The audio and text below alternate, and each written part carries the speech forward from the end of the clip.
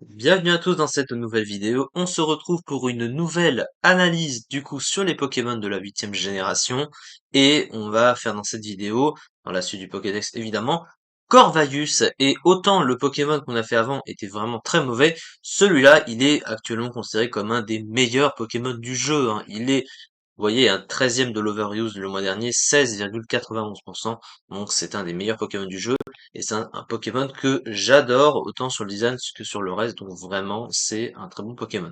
Alors Corvallis, du coup, qu'est-ce que c'est? Alors au niveau du type, il possède un type vol acier qu'on connaît avec évidemment Bamboizel déjà de la 16e génération, mais surtout Hermure, hein, qui est relativement similaire à ce Pokémon, hein. Il ressemble un peu à un Hermure 8e génération.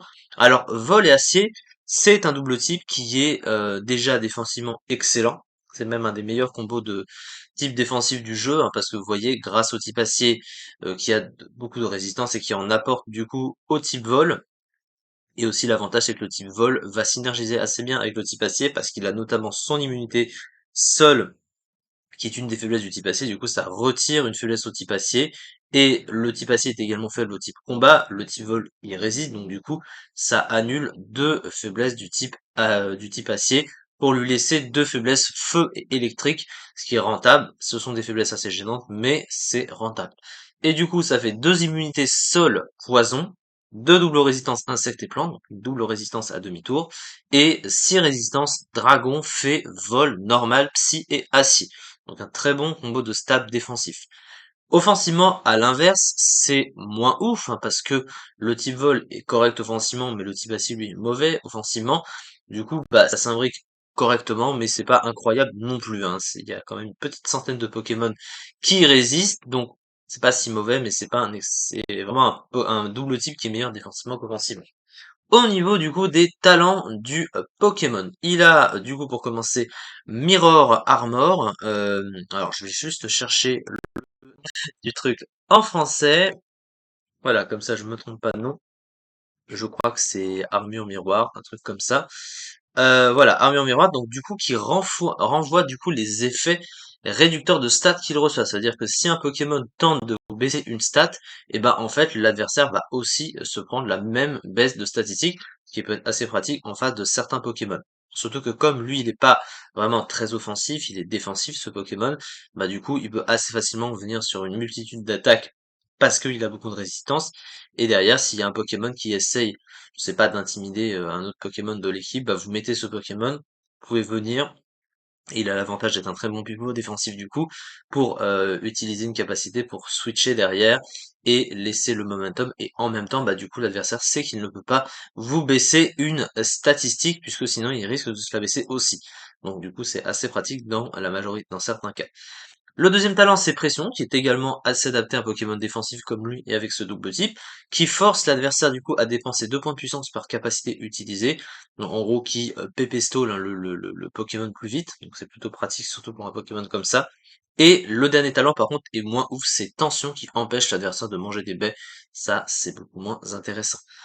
Au niveau des statistiques, du coup, globalement, les stats, elles sont plutôt équilibrées, elles sont même assez bien équilibrées par rapport au rôle du Pokémon. Alors, pour un Pokémon défensif, du coup, il a eh bien un bon bulk, évidemment, surtout sur le physique, 105 de défense, 98 de PV, c'est un bon bulk, avec une SPDF un peu moins haute, mais quand même correct, avec 85.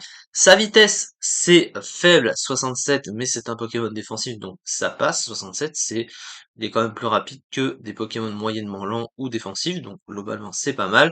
Son attaque spéciale, évidemment, 53, on n'en parlera pas.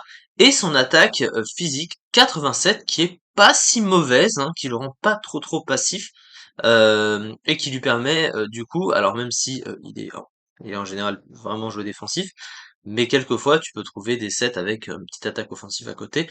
Une attaque de 87 peut être utilisable. Donc du coup voilà, maintenant au niveau du move pool de ce Pokémon.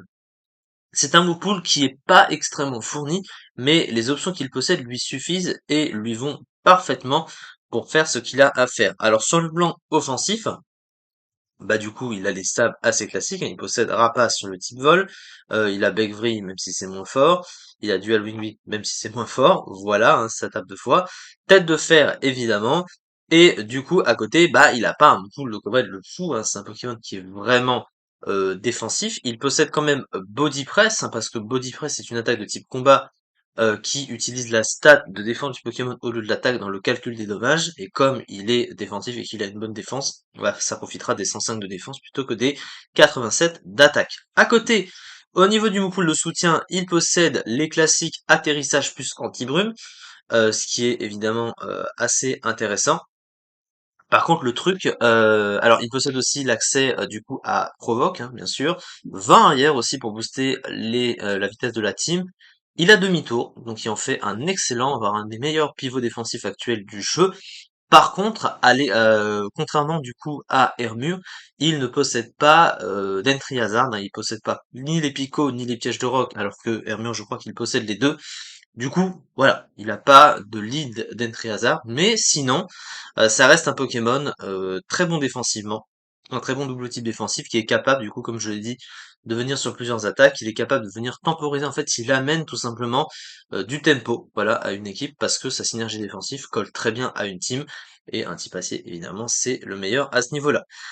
Voilà du coup pour ça. Alors la fiche stratégique, de bonnes statistiques en PV et défense avec une défense spéciale correcte, un double type très intéressant défensivement, un move très intéressant, le rendant assez versatile, un talent utile pression en accord avec son rôle de Pokémon défensif, des statistiques offensives trop faibles, une attaque tout juste correcte, une attaque spéciale quasi inexistante et une vitesse médiocre, pas d'accès à Toxique, Hurlement ou Cyclone, faisant de ce Pokémon un nid à placement, parce que son pool de soutien est assez restreint.